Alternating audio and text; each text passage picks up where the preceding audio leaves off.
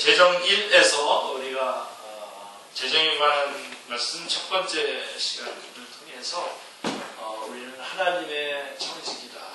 그리고 우리는 지금 어떤 상황에 놓여 있냐면 이미 심판, 이미 결산을 통보받고 결산하라고 하는 통보를 받고 아직까지는 내 권한으로 주인의 것을 마음대로 움직일 수 있는 그 시간 안에 지금 우리들이 존재하고 있다라고 하는 것을 나누었습니다. 자, 그래서 이제부터는 좀 구체적으로 재정 원칙에 대해서 이제 말씀을 드려야 되겠습니다. 자, 재정 원칙.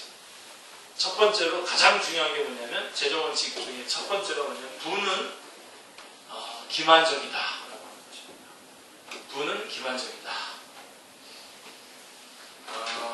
이게 좀 의견이 좀 갈려요. 많은 사람들이 의견이 갈리는데 여러분 성경 한번 찾아보실까요? 마태복음 13장 22절에 뭐라고 되어 있습니까? 가시떨기에 뿌려졌다는 것을 말씀을 들으나 세상의 염려와 재물의 유혹에 말씀이 막혀 결실하지 못하는 자여, 이렇게 말씀하고 있습니다. 우리 주인 형제님 올려주는 건가요? 제가 훅 건너뛰었는데 안 올려줘도 괜찮고요. 네. 그래서 마태복음 13장 22절 말씀에 나와 있는 그 재물의 유혹, 재리의 유혹이라고 하는 그 말씀을 통해서 부 자체가 어떤 분들은 이제 대부분 어떻게 정리하기를 원하냐면 부는 객관적이다. 객관적이고 그것을 어떻게 하느냐에 따라서 쓰는 것에 따라서 달라지지 않느냐 이렇게 얘기하는데 마태복음 13장 22절 말씀에 근거해 보면 재물의 유혹이라고 말씀한 걸 보면 이게 영어 성경으로 이렇게 되어 있어요. 킹제임스 버전에는 The Deceitfulness of Rich, 이렇게 Deceitfulness of Rich라고 되어 있습니다.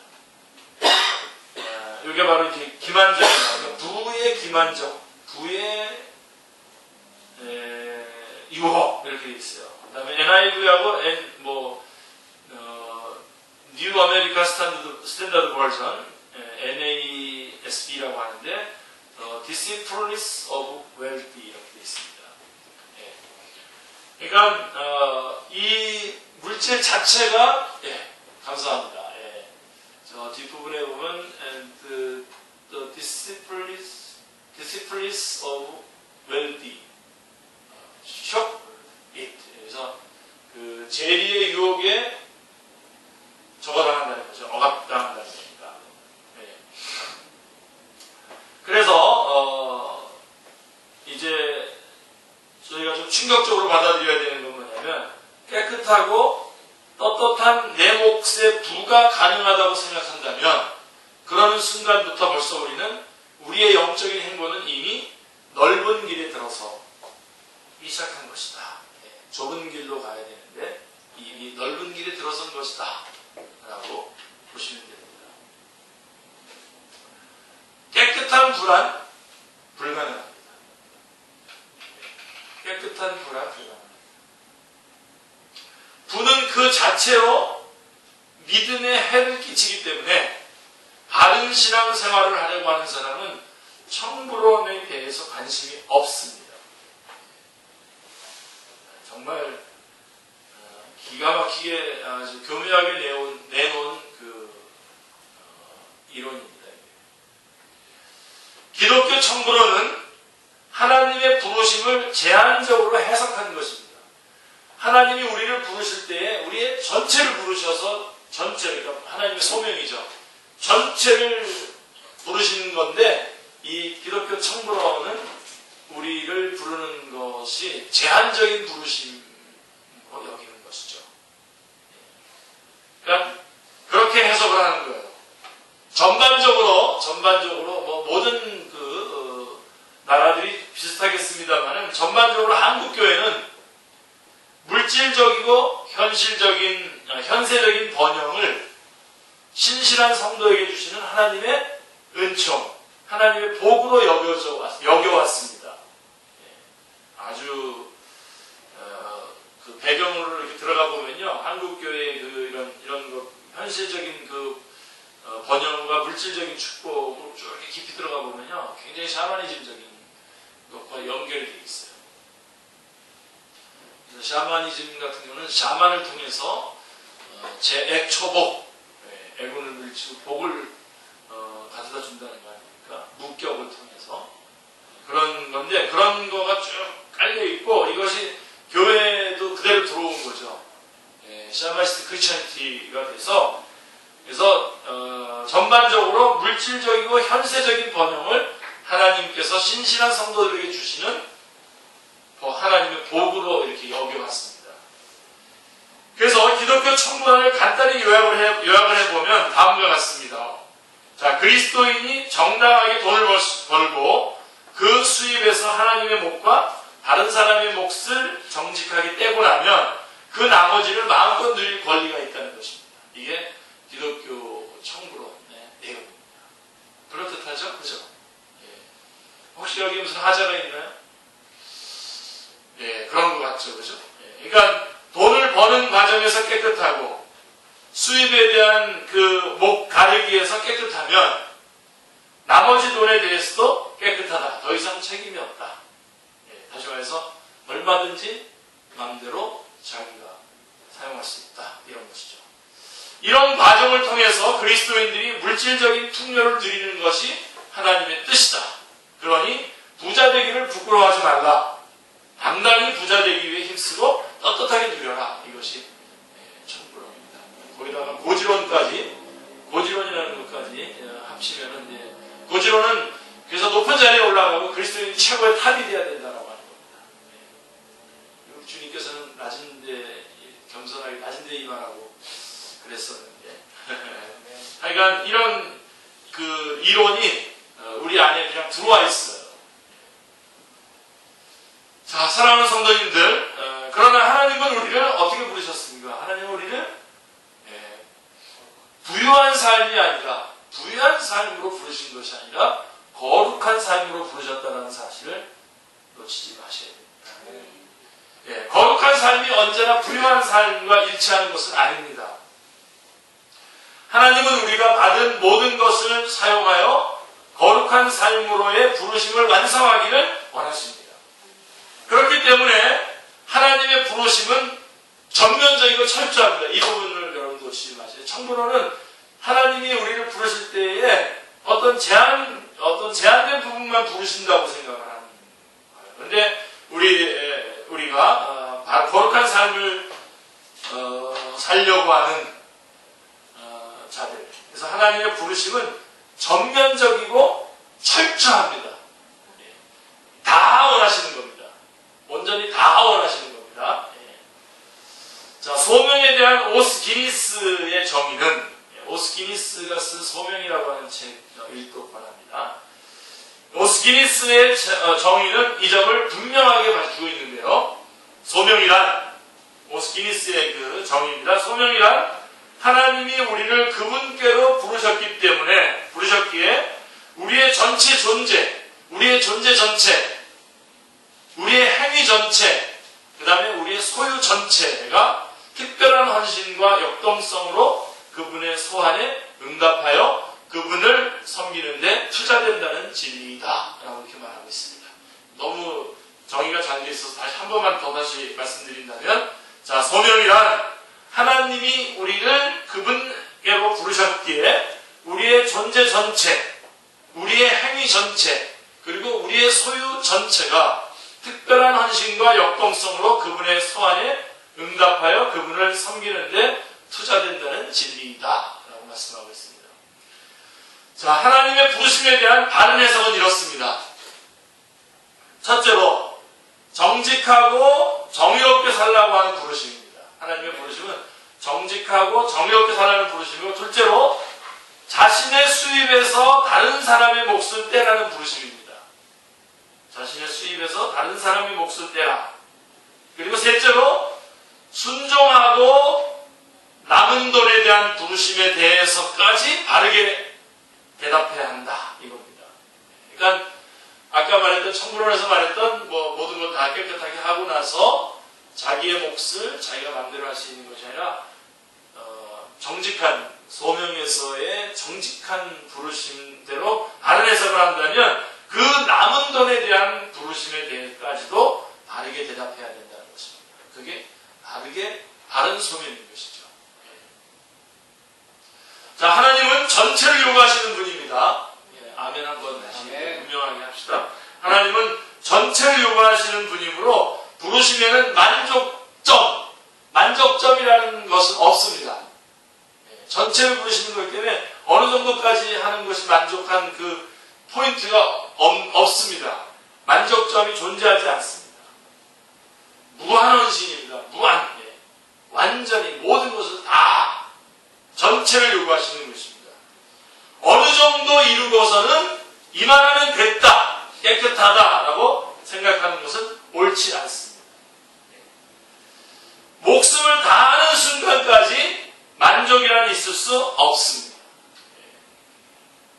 우리는 부르심의 더 높은 경지에 이르도록 계속 정진해야 합니다. 빌립보서 3장 12절부터 15절. 내가 이리 얻었다함도 아니요 온전히 이루었다함도 아니라 오직 내가 그리스도 예수께 잡힌 바 된 그것을 잡으려고 달려가노라. 형제들아, 내가 잡은 줄 여기지 아니하고 오직 한 일찍 뒤에 있는 것을 잊어버리고 앞에 있는 것을 잡으려고 표대를 향하여 그리스도 예수 안에서 하나님에 의해서 부르신 부름의 상을 위하여 달려가노라 라고 말씀합니다. 그러므로 누구든지 우리 온전히 이룬 자들은 이렇게 생각하지, 만일 어떤 일에 너희가 달리 생각하면 하나님이 이것도 너희에게 나타내시리라 말씀하고 있습니다. 그러니까 그래서 우리는 끊임없이 계속 표대를 향해서 그리스도의 장성한 분량에 충만한 자리까지 끊임없이 달려가야 돼요. 어느 정도 선에서 난 만족해, 이 정도면 됐어, 이 정도 내가 사람을 도왔으면 됐어, 이 정도 내가 교회에 헌신했으면 됐고, 이 정도 내가 뭔가를 했으면 됐어, 그런 건 없습니다. 끊임없이 하는 거예요.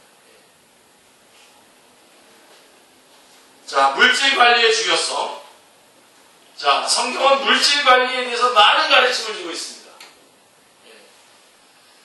자, 예수님께서 가르치신 비유가 38개거든요. 비유가 38개인데 그 중에 16개가 돈과 재정에 대한 가르침입니다. 비유 중에.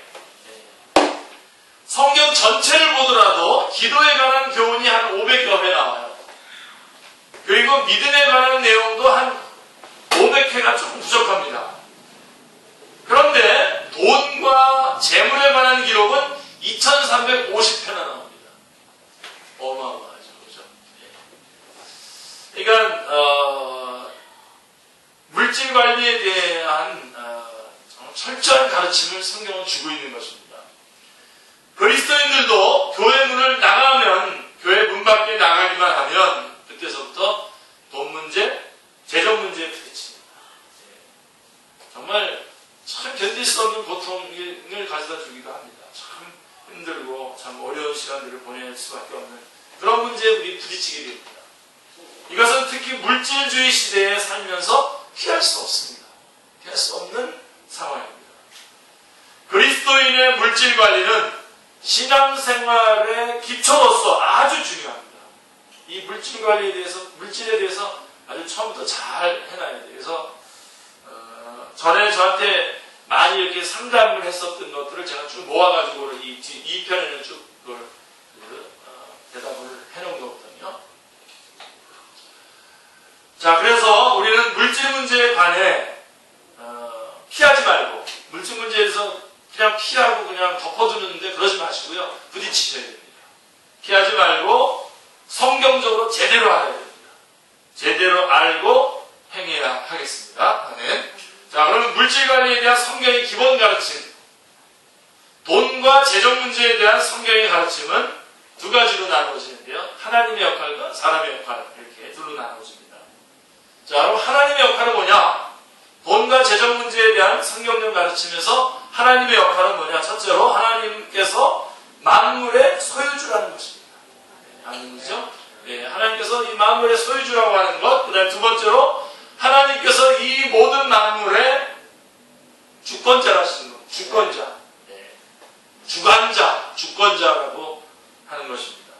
그 다음에 세 번째가 뭐냐면 하나님께서 자기 백성들의 필요를 채워주는 공급자라는 것입니다. 아멘. 자, 이게 하나님의 역할이에요. 그분은 만물의 소유주이시고 만물의 주관자이시고 또 사람들에게 자기의 백성들에게 필요를 채워주는 공급자. 이것이 하나님의 역할입니다. 하나님은 세상과 인생들의 창조주로서 모든 것을 소유하시고 주관하시며 필요한 모든 것을 공급하시는 분이십니다. 아멘. 자, 그럼 사람의 역할은 뭐냐? 사람의 역할은 딱 하나밖에 없어요. 뭐죠? 오늘 아침에 계속 말씀한 거죠. 청지기. 한 가지 청지기 역할입니다. 다시 말해서 관리자의 역할입니다. 그리고 청지기로서 우리의 책임은 충성입니다. 법이 나왔죠. 고린도서 4장 2절에 그리고 맡은 자에게 구할 것은 충성이라 말씀하고 있습니다. 자, 청지기인 우리의 역할은 하나님께서 우리에게 주신 만물, 물질을 충성스럽게 관리하는 것입니다. 우리가 충실한 청지기의 책임을 다할 때에 주어지는 은혜를 세 가지로 말할 수가 있는데요. 첫 번째로는 우리는 청지기 역할밖에 없는데 청지기 역할을 충성스럽게 하는 사람들에게 주어지는 은혜. 첫 번째가 뭐냐면 마태복음 25장 21절에서 말하는 주인의 즐거움에, 그렇죠? 달란트 비유에서 나오는 거죠. 그 5달란트 받은 사람에게 그 주인이 이르되 잘하였도다 착하고 충성된 종아 내가 적은 일에 충성하였으면 내가 많은 것을 내게 맡기리니 내 주인의 즐거움에 참여할지어다 라고 말씀하고 있습니다. 그래서 주인의 즐거움에 참여하는 것이 이 청지기의 사명을 잘 감당하는 사람이 주어지는 복입니다. 좋아요, 안 좋아요? 주인의 즐거움에 참여하는 것. 다시 말해서 주님과 친밀한 교제 가운데 들어가죠. 주님과 친밀한 교제의 축복을, 복을 누리게 되는 것이죠. 별로 여러분 얼굴이 기뻐하는 것 같지 않아요. 주님과 친밀하게 하면 불편하지 않을까? 어려운 분하고 같이 이제 그런 거 아닙니다. 하나님과 아주 친밀한 관계에 들어가요. 내 주인의 즐거움에 참여할지어다. 너무 엄청난 은혜입니다. 그 다음에 두 번째는 청지기직을 제대로 감당하면 우리의 성품이 주인을 닮아서 향상되어지고 삶의 질이 높아지게 됩니다. 삶의 질이 높아지게 됩니다. 시간이 지나갈수록 사람들이 다 그 삶의 질이 다르다는 걸 제가 많이 경험합니다. 그래서 지금이라도 내가 좀 높은 삶의 질에서 높은 삶의 질의 삶을 살아야 되겠다. 그런 것들을 하는데요. 예를 들어서 이런 게 이해가 될지 모르겠는데 만약에 여러분들이 저에게 커피를 대접한다고 해보십시다. 그러면 우리 경문 형제는 그냥 믹스커피를 딱 타가지고 저한테 가져다 줄까요? 어떻게 될까요? 그렇게 타다 주니까 아무 생각 없이 그냥 커피 그러면 아무거나 갖다 타다 주는 사람이 있는가 하면 어떤 사람, 경무행정은 그런 게 아니라 그런 걸 하면 어떤 사람은 이근환 목사님은 어떤 커피를 좋아하지? 그래서 그걸 알고 그 커피를 갖다가 준다. 벌써 다른 거죠. 똑같이 커피를 대접했지만 이건 삶의 질이 다른 거예요. 저 사람에 대해서 배려를 하고 기억해두고 여러분 우리 교회 생활도요. 교회 생활에서의 교회 삶의 질도 전혀 다를 수 있어요. 지금보다도 훨씬 더 높은 질로 이렇게 할 수 있습니다. 하여간 이렇게 주님의 뜻에 따라서 청지기 역할을 잘 감당하게 되면 우리 주님의 성품이 향상되게 되고 삶의 질이 높아지게 됩니다. 그 다음에 세 번째는 이 세 번째 우리가 이 재정을 성경적 원리에 따라서 바르게 집행하는 청지기직을 잘 감당하면 우리는 빚으로부터 자유로워집니다. 빚. 이게 빚이 아니라 데빗이죠. 빚으로부터 자유로워지고 인간관계의 구속에서 자유로워지며 그 다음에 현재와 노후의 염려에서 자유로워집니다. 성경을 전반적으로 쭉 종합해서 하는 말입니다. 그 다음에 하나님이 베푸시는 행복한 삶을 누릴 수 있게 됩니다. 자, 성경은 우리 인생이 청지기 직분을 잘 감당하는 것의 중요성을 강조하고 있습니다. 그래서 이러한 놀라운 특권들을 주님과의 깊은 교제, 그 다음에 주님을 성품이 닮아가는 높은 질의 삶, 그 다음에 그로 인해서 주어지는 모든 것으로부터의 자유, 어떤 어려움으로부터 자유로움 가운데 살아가는 이러한 청지기 직분을 잘 감당하고 이러한 것에서부터 복을 누리기를 강조하고 있습니다. 그 중요성을 강조하고 있습니다. 자, 그럼 이제 구체적으로 몇 가지 이제 점검을 해보겠습니다. 자, 그럼 우리는 부자로 살아도 됩니까? 자, 여러분 한번 생각을 한번 해보십시오. 그냥 무조건 제가 하는 게 아니라 우리는 부자로 살아도 됩니까? 이것이 이제 그 전에 질문이었었어요. 그래서 상담을 이렇게 쭉 해줘. 우리 축제교회 가면 상담 코너에 가면 이게 있어요. 아직도 상담 코너 우리 있는데 어떻습니까? 자, 예수님은 마태복음 19장 24절에서 이렇게 말씀하셨어요. 낙타가 바늘귀로 들어가는 것이 부자가 하나님 나라에 들어가는 것보다 쉬우니라 이렇게 말씀하고 있습니다. 네. 자, 어떻다는 겁니까? 부자는 천국 들어가기가 어렵다. 어느 정도로 그러면 낙타가 바늘귀로 들어가는 것보다. 그렇죠? 뭐 그래서 어떤 분들은 이 바늘귀라는 게 뭐 이거 저 해석하려고 하는데 그렇게 해석하지 말고 진짜 바늘귀를 말하는 겁니다. 낙타는 정말 낙타를 말하는 거고 낙타가 바늘귀로 들어가는 건 이건 어려운 거죠. 그것보다도 더 어렵다는 거예요. 부자가 천국에 들어가는 거죠. 그러면 우리 그리스도인들은 하나님 나라를 소망하고 사는 자들로서 이 땅에서 부자 되기를 포기해야 됩니까? 부자가 되면 안 됩니까? 자, 예. 김영복 목사님, 감리교 목사님이신데요. 책이 하나 있어요. 무슨 책? 여러 권의 책을 내셨는데 아마 처음에 냈던 책인 것 같은데요. 바늘귀를 통과한 부자라고 하는 책이 있습니다. 지금 아마 미국에서 목회하고 계시는 걸로 알고 있는데 그 목사님의 바늘귀를 통과한 부자에서 그 책에서 깨끗한 부라는 말은 허구다라고 지적하고 있습니다. 깨끗한 부라는 말은 허구다. 예.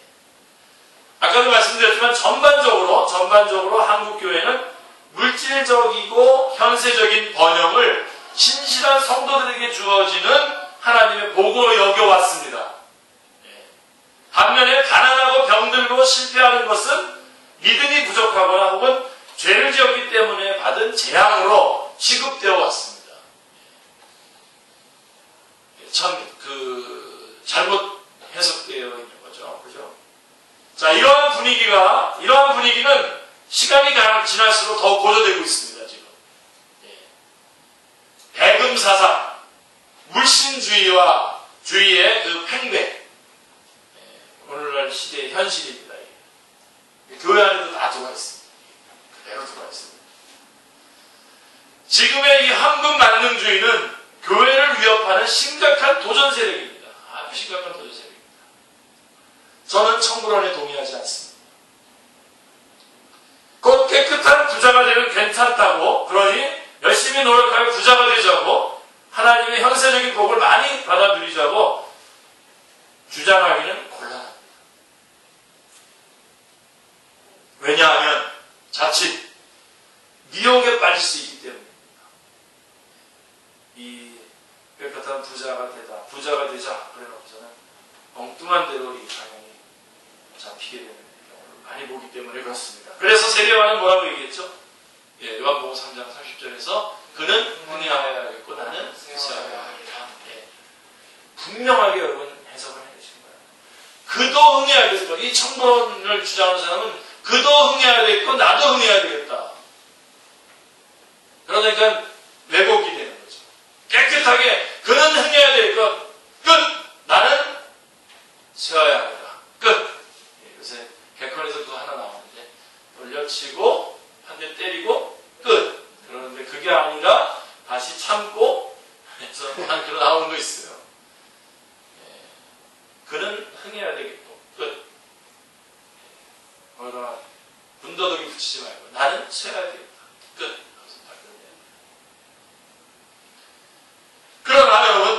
성경에 보면 우리 성경의 신앙 선배들 중에 하나님의 복으로 부자가 된 사람들도 많은 걸 우리가 무시할 수 없습니다.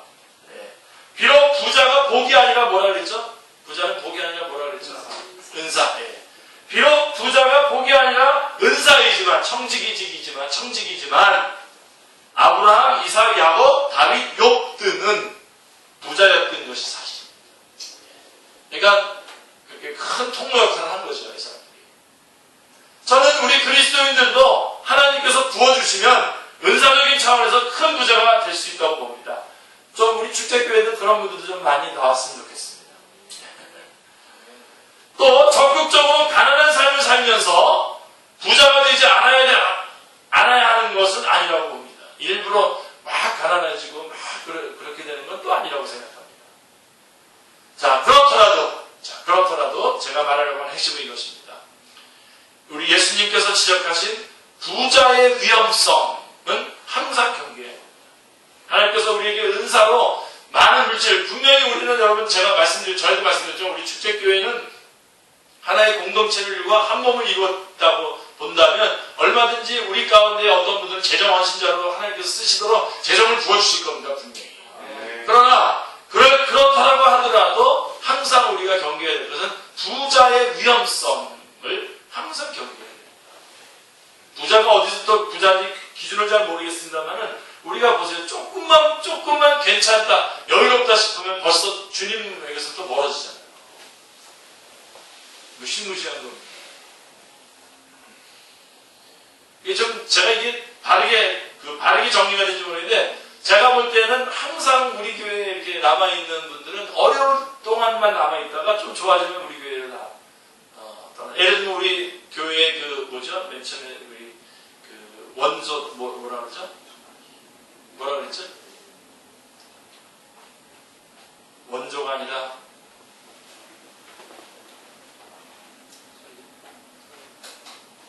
우리 경환 이런 애들을 뭐라고 그랬어요? 토박이라고 그랬어요. 토종들. 다들 여기서 막 항상 목사님이 뭔가 이렇게 선물도 주고 맨날 돈도 주고 어떤 장학금 등록금 주고 막 해서 다 해서 직장 나가거나 뭐 이렇게 딱 대고 그러면 또 다 없었어요. 네. 그래서 분명히 여러분, 우리 가운데 하나님께서 분명히 여러분들 중에서 많은 분들에게 하나님께서 재정적인 부어주심이 있을 겁니다. 부어이 있는데 그때 그걸 위험성, 바로 이 부자의 위험성을 꼭 조심하시고. 제가 그래서 그렇게 꼭 우리 교회에 붙어 있어야 된다 그런 얘기를 하려고 하는 게 아니라, 그런 그 역할을 할 수 있도록 하나님께서 이 한 몸뚱아리 안에 여러 은사가 있으니까 특별히 어떤 사람은 물질적인 그런 것들을 주님께서 감당하도록 부어주실 거라는 거죠. 근데 그때에도 여전히 예수님께서 지적하신 부자의 위험성을 항상 경계해야 한다는 것입니다. 성경은 물질에 대해서 아주 근본적으로 주는 것이 받는 것보다 복이 있다라고 가르쳤습니다. 사도행전 20장 35절입니다. 예수님께서 사도행전 전체에 예수님이 하신 말씀이 딱 한 구절 나오는데, 사도행전 20장 35절에 주는 것이 받는 것보다 복이 있다고 가르쳐 주셨습니다. 나에게 붐을 쌓는 것보다 주위의 어려운 이웃들을 돌아보면서 베풀고 나누어주는 삶을 살아야 한다고 말씀하고 있는 것입니다. 자, 그래서 우리는 부자로 살아도 될까요? 라고 했을 때, 주님께서 은사로 여러분에게 부어주신다면, 누리셔야 됩니다. 그러나, 부자에게 주어진 위험성에 대해서는 항상 경계하셔야 됩니다. 그 다음에, 우리는 저축해도 됩니까? 저축.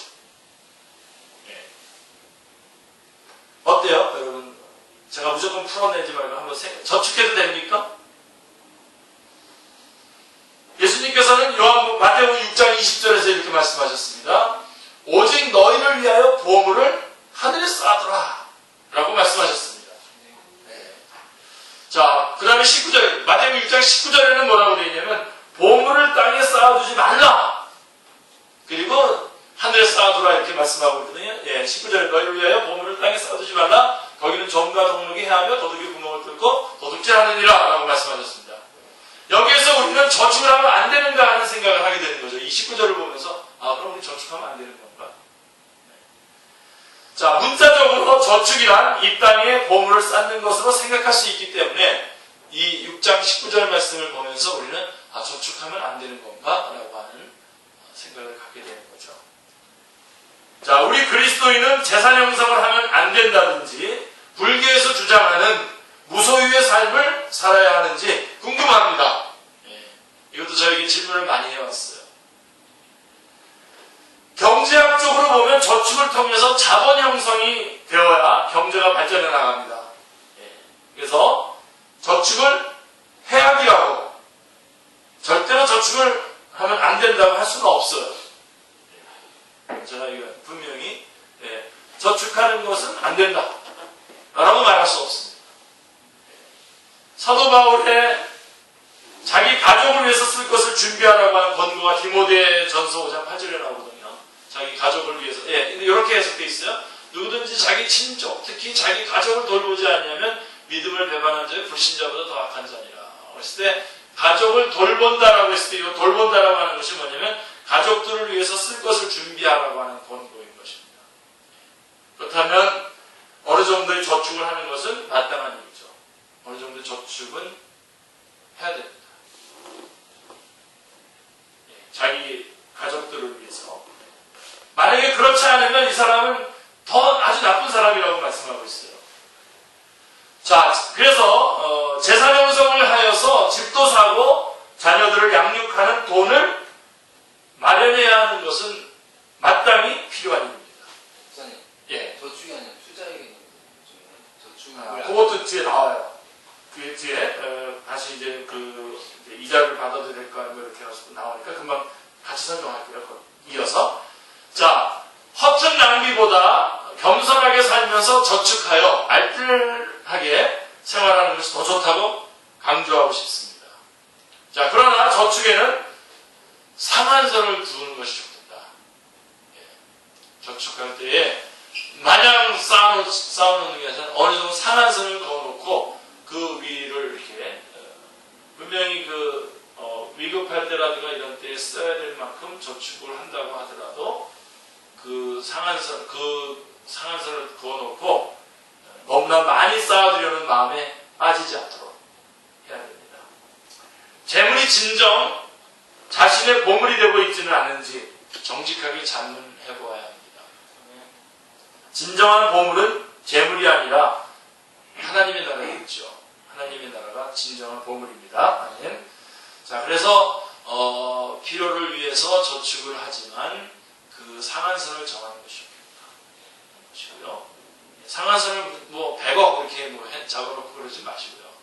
치사하게 그러지 마시고 좀 어느 정도 해놓고 그 넘치는 부분들에 대해서는 제가 알고 있는 그 한 회사의 중역이신데 그분은 쭉 11조를 드리고 그다음에 연말에 다시 또 그 전체 11조 드리고 받았었던 수입에 또다시 11조를 또다시 해서 또 부재나 이런 데 쓰고 그런 것들을 저한테 한번 쭉 얘기했는데 참 은혜가 됐었던 기억이 납니다.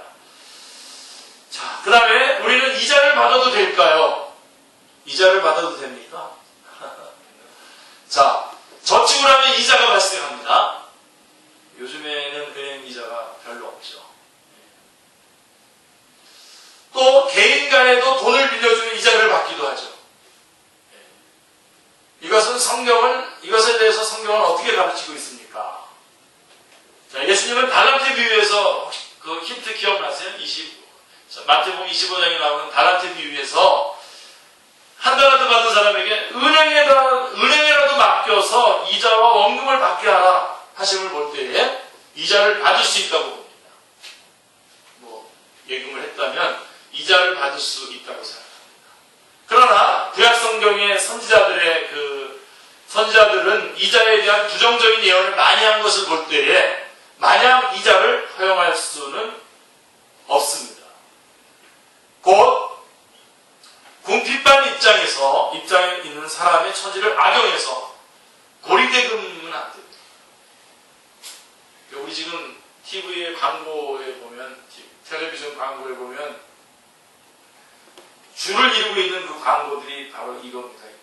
고리대금업 수준의 그 대출을 받으라는 거. 그런 것들이에요. 그거는, 물론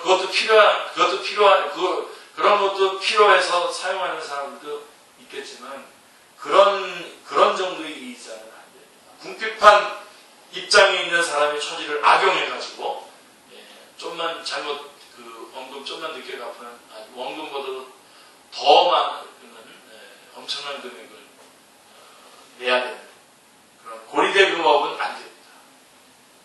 어려운 입장에 있는 사람을 도와주지는 못할 망정 더 어렵게 하는 것은 예수님이 가르치는 이웃사랑이 아닙니다. 그래서 괜찮다면 여러분 이렇게 은행이나 이런 데 제1금융권 내다가 맡기시는 것이 제일 안전하고 좋습니다. 그리고 거기서 주는 이자 받는 건 좋은데 개인적으로 돈을 빌려주거나 그리고 그러고 난 다음에 그것에다가 굉장히 엄청나게 많은 고리대금업 같은 엄청난 프로테이지의 이자를 받아내고 그러는 것은 안 됩니다. 성경적이지 않습니다. 그러면 그 다음에 구제사업은 어떻게 해야 합니까? 구제사업. 자, 성경은 줄기차게 이웃을 사랑하고 어려운 이웃을 사랑하고 구제하라고 하십니다.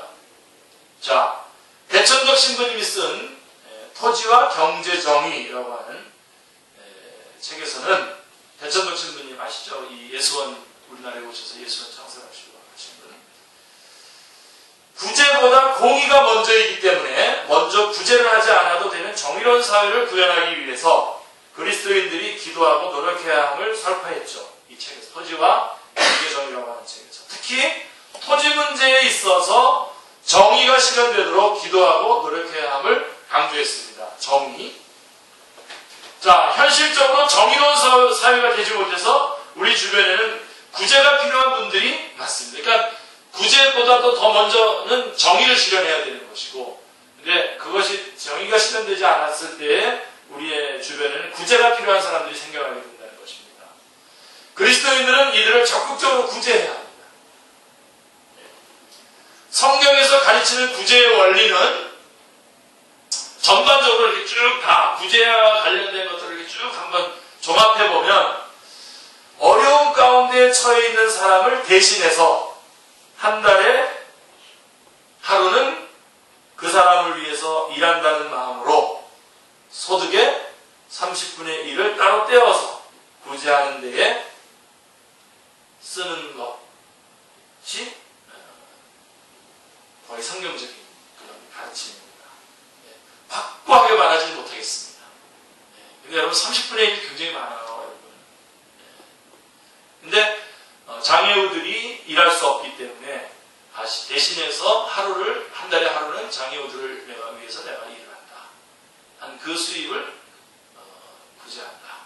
구제비로 쓴다. 라고 하는 정신을 갖는 게 좋죠. 그리고 구제를 받는 이들의 자존심을 위해서 지켜야 될 원칙이 하나 있어요. 철저히 오른손이 하는 것을 왼손이 모르게. 마태복음 6장 3절 4절에 은밀하게 하라는 것입니다. 떠들었으면 끝난 겁니다. 아무런 없습니다. 이미 상급은 다 받은 겁니다. 자, 그 다음에 우리는 신용카드를 어떻게 사용해야 됩니까? 신용카드. 자, 이걸 한번 어떻게 사용하는 게 좋다? 아니다. 신용카드 없는 사람 있나요, 혹시? 다 있을 것 같은데. 없는 사람 있어요? 경문 형제, 지수 형제, 이기쁨 형제도 없습니까? 돈이 없어서 없는 거죠? 자, 요즘은 신용카드 사회죠.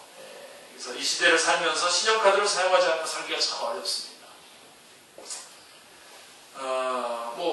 오늘 확인해보니까 몇 명 있네요, 우리도. 제가 아는 어떤 분, 대만에서 선교하시는 분이신데, 제가 아는 어떤 분은 끝내 신용카드를 사용하지 않고 살기도 합니다. 그 다음에 핸드폰도, 그 다음에 이메일도 안 쓴다고 그러더라고요. 독한 사람이죠. 한편으로는 존경스럽기도 합니다. 근데 사실 상대방들이 불편할 것 같아요. 다른 사람들이 불편한 거죠. 자, 그럼 보통 신용카드를 사용하며 사는데 여기에 주의하라고 하는 말을 많이 하는 것에 여러분들이 귀를 기울여야 됩니다. 어디까지 가면 안 되냐? 신용불량자가 되도록 신용카드를 이용해서 과도한 소비를 하면 결단코 안 돼요. 저는 이 카드 사용 때문에 이혼하는 사람 많이 봤습니다. 많이 봤고 제가 이거를 한번 도와드리려고 여러 번 상담해도 안 되더라고요. 카드 가지고 막 긁어대고. 근데 여러분 요즘에는 그래서 제가 볼 때는 직불카드 같은 게 좋은 것 같아요. 직불카드. 바로 있는 범위에서 쓰는 거잖아요. 자, 그 다음에 우리는 차입해도 됩니까? 자, 돈을 꾸고 그래도 되는 겁니까? 돈을 빌렸어도 됩니까? 은행에서 대출받아도 됩니까? 이런 질문이죠. 많이 받는 질문입니다. 경제사회에서 어떤 필요가 생겨 어쩔 수 없이 빚을 내서 살아야 하는 형편이 생기기도 하죠. 어느 정도의 차입은 용인이 되고 그것을 갚아가며 살아가는 것이 인생이죠. 그럴 수 있습니다. 그러나 자기가 감당하기 어려울 정도로 빚을 내서 사는 것은 비성경적입니다. 로마서 13장 8절에 사랑의 빚 외에는 아무에게도 아무런 빚도 지지 말라라고 말씀한 말씀의 근거에서 그렇습니다. 자, 성경에서 빚이라고 하는 단어는 죄라는 단어와 거의 같은 의미로 쓰입니다. 다른 사람의 물질을 내가 빌려와서 과도히 사용하여 결국 감당할 수 없이 된다면 큰 잘못이죠. IMF 구제금융 시대가 우리가 저는 아주 생생하게 다 경험했지 않습니까? 우리 김영 집사님 그쪽도 생생하게 경험한 거죠. IMF 시대 우리 곧 다 경험했죠. 근데 그 IMF 금융 시대가 구제금융 시대가 우리에게 가르쳐 준 것은요, 딱 한 가지입니다. 과도한 차입은 결국 망할 수밖에 없다라고 하는 기본입니다. 과도한 차입. 기업만이 아니라 이건 개인적으로도 그렇습니다. 신용카드 빚, 은행 차입 등을 감당치 못하여 자살로 생을 마감하는 사람들이 많은 것이 너무 안타깝습니다. 성경 말씀의 원리대로 사는 사람은 감당하지 못할 빚을 지면 안 됩니다. 여러분들이 아시죠? 어느 정도까지 져야 되는지 아시죠? 자, 그 다음에 우리 아까 좀 물어봤던 건데, 우리는 주식 투자를 해도 됩니까? 아까 예금도 투자의 한 방식으로 하는 것과 같이 연결해서, 자, 주식 투자. 자, 주식 시장은 자본주의 사회의 꽃이라고 합니다. 주식 시장을 통하여 자금이 형성되고 그로 인해서 회사가 운영이 됩니다.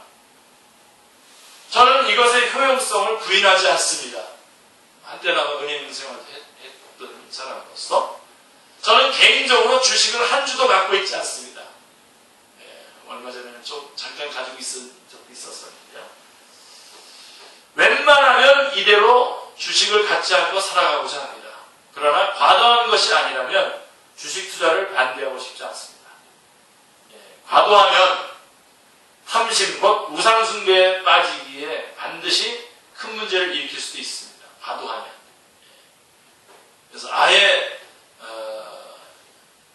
저희 교회 집사님이었던 분 한 분도 아예 그것만 아예 차려놓고 아예 하는데 결국은 삶 전체가 이렇게 그 균형이 깨지더라고요. 사랑하는 성도님들, 그리스도인은 허황된 대박을 바라지 않습니다. 그래서 저는 여태까지 복권은 한 번도 사본 적 없습니다. 그러니까 복권이 당첨되게 해달라고 기도도 한 적이 없습니다. 자, 그 다음에 그럼 부동산 투자는 어떻습니까? 부동산 투자. 주식 투자, 부동산 투자. 많은 사람들이 돈을 벌려면 부동산 투자밖에 없다라고 말을 합니다. 지금도 그런가요? 이게 좀 꽤 오래전에 상담했던 내용인데, 지금도 여전히 이 말이 맞나요? 부동산 투자밖에는 돈 벌 길이 없나요? 요즘에 좀 달라진 것 같은데. 맞습니까? 많은 사람들이 돈을 벌려면 부동산 투자밖에 없다는 말을 합니다. 투자 기법에 예금, 주식, 부동산에 각각 3분의 1씩 투자하는 것이 안정적이라는 말도 있습니다. 그러니까 투자를 하려면 자기가 투자할 금액을 3분의 1은 예금으로, 3분의 1은 주식으로, 3분의 1은 땅으로 이렇게 하면은 안정적이다라고 이렇게 말하는데요. 성경은 이에 대해서 어떻게 가르치고 있습니까? 성경에 토지는 하나님의 것이라고 선언하고 있습니다. 기억나시죠? 인간을 하나님께서 창조하신 토지 위에서 살기에 토지는 삶의 필수적입니다. 토지를 사고 팔아 결국 소수 대지주가 토지를 크게 소유하고 아예 무토지 사람이 많아지면 심각한 생존 문제가 발생합니다. 저는 부동산 투자를 반대합니다. 토지를 사고 팔아 이득을 남기는 것은 비성경적입니다. 토지는 거기서 사는 거죠. 사는 거가 목적이 돼야 되는데 이것을 팔았다 넘겼다 팔았다 넘겼다 하면서 이제 저도 이렇게 할 수 있는 기회가 있었었는데 미련하게 안 했다가 남들 많이 돈 벌 때 못 번 그런 기억도 있는데 맹출까요? 아니면 하나님 그냥 예쁘다고 봐주실까요? 모르겠습니다. 이렇게 설교하는 건 참 이게 좀 부책임한데. 그 다음에 또 하나는 우리는 보험에 들어야 합니까? 보험. 세상에는 보험에 관련된 직업도 많고 보험의 종류도 많은데 보험이 성경적으로 어떤 의미를 가지는지, 그리스도인이 보험 관련 직업을 가져도 괜찮은지, 한참 이거는 교회 안에 문제가 된 적이 있었습니다. 그 후에도 다른 것으로 문제된 적이 있는데 교회 안에 보험 설계사들이 보험 들으라고 보험 들게 하기 위해서 일부러 큰 교회에 다니기 시작하고 보험 하려고 했던 그런 문제가 한때 문제였었어요. 그리고 그 후에는 이제 뭐 이렇게 그 다단계 관련된 것도 또 하나의 문제가 돼가지고 교회에서 또 문제가 된 적도 있었었는데, 자, 괜찮은 것인지, 이 직업이 남들에게 해를 끼치는 직업은 아닌지, 보험 관련 직업에서 어떤 자부심을 가져야 할지 등을 물어보는 사람들이 많이 있습니다. 자, 일단 넓은 의미에서 말해보면 보험업은 일종의 금융사업입니다. 금융사업도 일종의 사업이므로 다른 사업과 구별해서 편견을 가질 필요는 없다고 여겨집니다. 특별한 자부심까지는 아직 모르겠지만 보험이 이상하다거나 특별하다고 생각할 필요는 없다고 생각합니다. 다만 보험을 직업으로 삼으시는 분이 계시다면 지금부터라도 이에 대해서 많이 기도하고 연구하면 좋겠다. 그 생각합니다. 우리가 많은 시간을 보내는 우리의 일상, 삶과 직업에서 주님의 은혜와 향기를 잘 드러내는 것이 온전한 그리스도인이기 때문입니다. 그래서 이 보험 직업을 통해서 많은 사람들을 강압적으로 하게 해서 어려움을 겪게 하는 그런 것들도 생각을 하셔야 됩니다. 그래서 보험과 관련된 주제를 좀 더 살펴보면 이렇습니다. 재림신앙. 주님 다시요. 재림신앙에 대한 바른 이해를 해야 됩니다. 주님은 아까도 말씀드렸죠. 오늘 밤에도 오실 수 있습니다. 그러므로 우리는 늘 주님이 다시 오심을 준비하며 살아야 합니다. 그러니까 오늘 저기 또 올 수 있으니까 오늘 뭐 보험 같은 거 들을 필요가 있을까요? 그런 제가 말씀을 드린 건데, 자, 그렇지만 또 한편으로는 실제 삶에 있어서는 우리 주님께서 앞으로 300년, 500년 뒤에도 오시지 않을 것처럼 우리의 미래와 교회의 미래를 계획하고 준비하며 살아야 됩니다. 그러니까 우리 주님이 오늘 저기 때 올 거라고 하는 것도 대비하면서 살아야 되지만 또 주님께서 늦게 오시면 늦게 오시는 대로 우리는 그 아주 뭐 300년, 500년 후에 오실 것처럼 견고하게 이 모든 것들을 준비하면서 나가야 된단 말이죠. 이 두 가지 사이에서 그런 의미에서는 뭘까요? 보험이 필요하죠. 그 다음에 상부상조.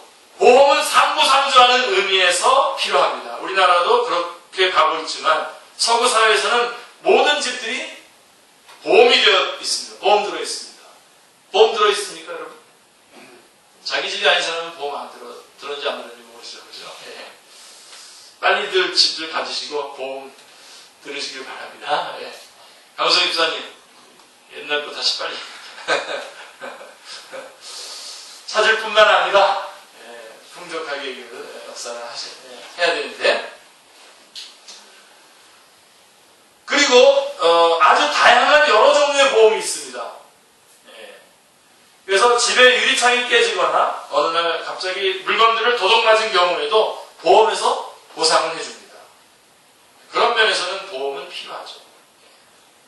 그 다음에 의료보험 있죠. 의료보험. 돈이 없으면 아프지도 말아야 한다는 말을 하죠. 의료보험 제도가 잘 되어 있는 나라의 경우, 우리나라도 잘 되어 있는 편입니다. 그죠?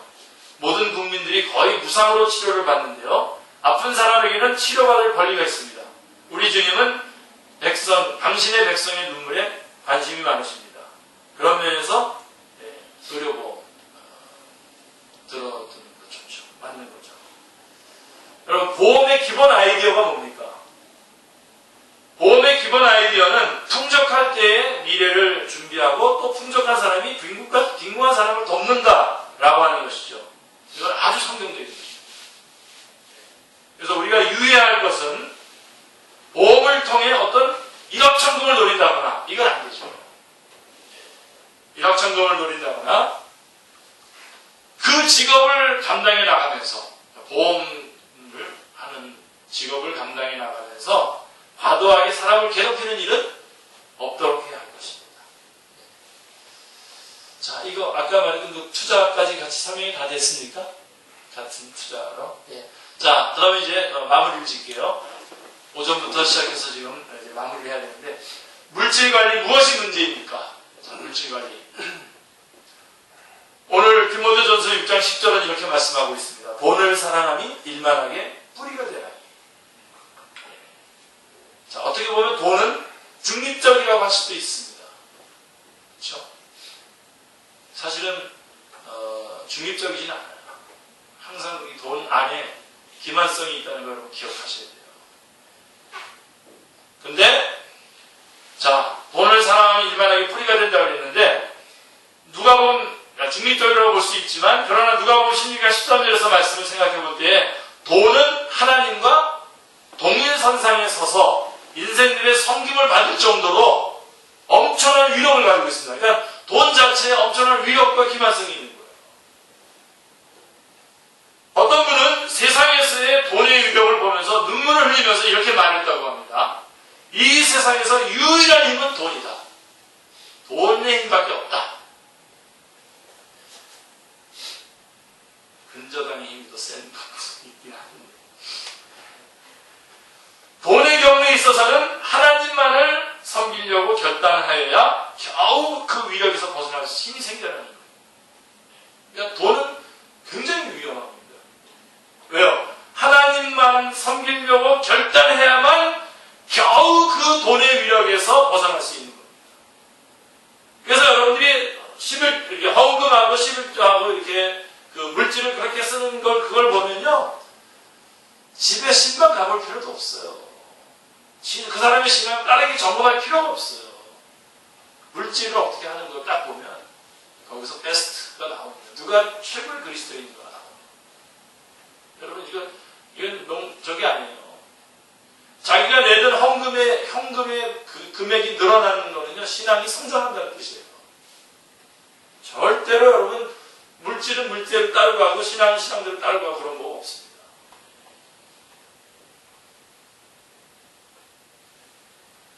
그러니까 제가 짧은 인생을 아직까지 짧은 인생을 살았지만 짧은 목회지만 목회하는 가운데에서 끊임없이 깨달은 거는 뭐냐면 절대로 물질에 관한 하나님 앞에 열심히 드리는 사람이 잘못되는 거는 한 번도 본 적이 없습니다. 하나님께서 은혜를 베푸셔서 그렇게 살지 않았는데도 잘 되게 하는 것은 봤지만 그렇게 했는데 잘 못 되는 것은 본 적이 없습니다. 그리고 이것은 너무나 정확합니다. 아주 정확한 체크 포인트가 있습니다.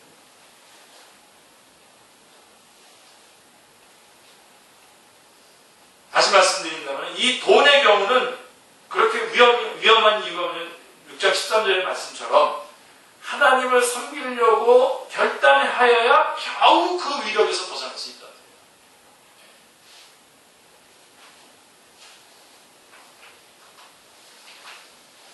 돈을 사랑할 것이 아니라, 돈은 사랑할 것이 아니라 어떻게 해야 된다고요? 관리해야 합니다. 관리. 아멘. 탐심은 우상숭배라고 했어요. 골로새 3장 5절에. 탐심의 우상숭배에 빠질 것이 아니라 청지기로서 절제와 비이기적인 마음으로 하나님께서 창조하시고 공급하신 물질을 관리해야 하는 것입니다. 자, 결론입니다. 우리 그리스도인들은 근본적으로 이 땅에 소망을 두지 않고 영원한 하나님 나라에 소망을 두고 삽니다. 아멘입니까? 네. 그러므로 근본적으로 이 땅의 재물, 돈에 연연하지 않습니다.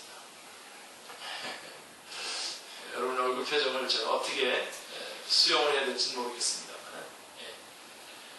그래서 우리는 근본적으로 이 땅의 재물, 돈에 연연하지 않습니다. 그러나 돈의 위력은 큽니다.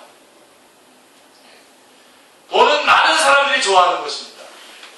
더럽고 악한 것이라고 타개할 것만도 아닙니다. 이건 뭐 나와 관계없어 하면서 완전히 타개할 것도 아닙니다. 공급자 되신 하나님께서 선물로 주신 좋은 것이라고 할 수도 있습니다. 문제는 그것이 하도 위력이 있다 보니까 사람들이 그것을 우상화하는 것이 문제입니다. 그래서 예수님은 우리가 돈과 하나님을 둘 다 섬길 수 없다고 하신 것입니다. 사랑하는 성도님들, 차선은 최선의 적이다 라는 말이 있습니다. 이런 말 혹시 들어보셨어요? Better is the enemy of best. 최선은 차선의 적이다. 차선인 물질이 최선이신 하나님을 떠나게 하면 안 되는 것이죠. 최선이신 하나님의 편에 분명히 서서 하나님만을 섬기면서 물질은 잘 관리해야 하는 것이죠. 하나님은 잘 관리하는 청지기에게 감당할 만한 선물도 주셔서 은혜를 베풀어 주십니다. 또 잘 감당하지 못할 물질은 자칫 화가 됩니다. 잘 감당하고 관리하는 물질은 하나님과 이웃을 섬기는데 귀하게 쓰임받게 됩니다. 자, 돈을 사랑할 것이 아니라 관리해야 합니다. 그래서 5절의 말씀과 연결을 한다면 우리가 아직까지 결산 안 하고 이제 마지막 해고 명령을 받고 아직까지 내 힘으로 내 권한 안에 있는 그 시간 동안 우리에게 주어진 물질, 특별히 물질, 뭐 건강, 시간, 뭐 여러 가지 명예, 뭐 이런 것들도 있지만 특별히 이 물질에 관한 부분이 있어서 이 기간 동안에 지혜롭게 사용할 수 있는 여러분들 되시기 바랍니다. 그래서 우리는 청지기라고 하는 이동준 목사님의 책 제가 참고했는데 이 책은 지금은 안 나오고요. 저도 잊어버렸어요. 제가 다 베껴서 제가 가지고 있는 것인데, 그 다음에 오스기니스의 소명 1도 꼭 권합니다. 그리고 김영범 목사님의 바늘길을 통과한 부자, 좀 강력하게 쓰여졌어요. 이분의 글은. 그 다음에 대천덕 신부님의 토지와 경제정의라고 하는 책 참고했고요. 추천하고 싶은 도서로는 이제 로이드 존스 목사님의 부흥이라고 하는 책이 이런 부분에 있어서 회복을 가져다 줄 것입니다. 그 다음에 리차드 퍼스트의 돈, 섹스, 권력이라고 하는 책이 있습니다. 이 부분에서 그 중에 돈 부분 보시면 좋을 것 같습니다. 네, 오전, 오후 2시간 제가 조금은 강의식으로 이렇게 말씀을 나누는데 아무쪼록 설 특강입니다. 이게 재정에 관한, 물질에 관한 부분들에 대해서.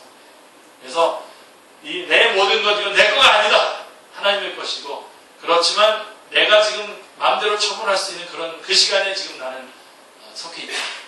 딱 붙잡고 마음껏 주님의 영광을 위하여, 그 다음에 사람들의 이익을 위하여 마음껏 사용하시기 바랍니다. 네.